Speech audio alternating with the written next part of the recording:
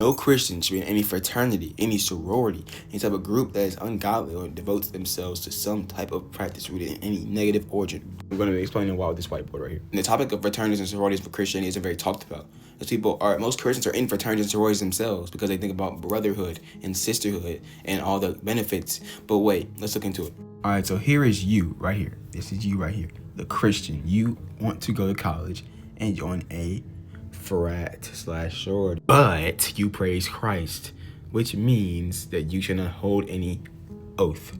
Jesus tells us, but I tell you, do not swear an oath at all, neither by heaven, for it is God's throne, or by the earth, for it is his footstool, or by Jerusalem, for it is the city of the great king.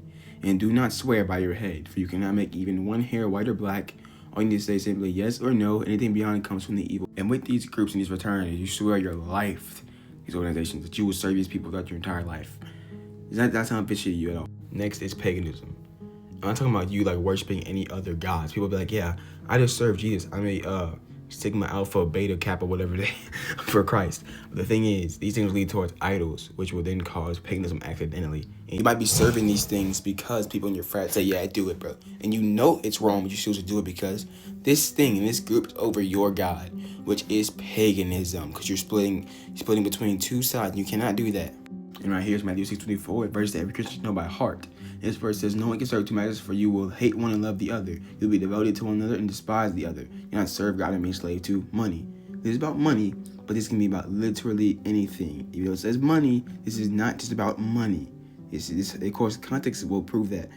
But it is not about money. And it's a choice you must make between God or the fraternity. The action of the fraternity or the principles of Jesus. Which one do you choose? Secrecy. I put a cloud right there because it resembles, like it's covered up in fall because it's secret, if you understand the reference there. Right? Lots of oaths, rituals, and creeds. And, one organization, I think a couple more were founded by Masons, the Freemasons, the Universalists, Others World, Universalism and stuff like that. That stuff is heresy. That stuff is false. As a Christian, you should not be following groups that practice that or founders who believe that type of stuff. Look at the origins of what you were joining and who they served and what they're based on before you join it. Intellectual minds. And with the intellect God gives us, he wants us to understand the things that, are all around us. So maybe use that brain and look at what you're joining. See, a lot of people don't study about their organization and they just join because people are doing it because it's cool and awesome. I'm going to get a bunch of friends and all live in this cool house with this cool private chef and all this stuff. What are the origins? But yeah, this is not a video to make you like, oh man, I can't join a frat, dude. God must suck. No, God's not suck. You suck. I'm playing. What happens is that you need to understand what God's will is. It's not for you to be in that group because that group will lead you to destruction.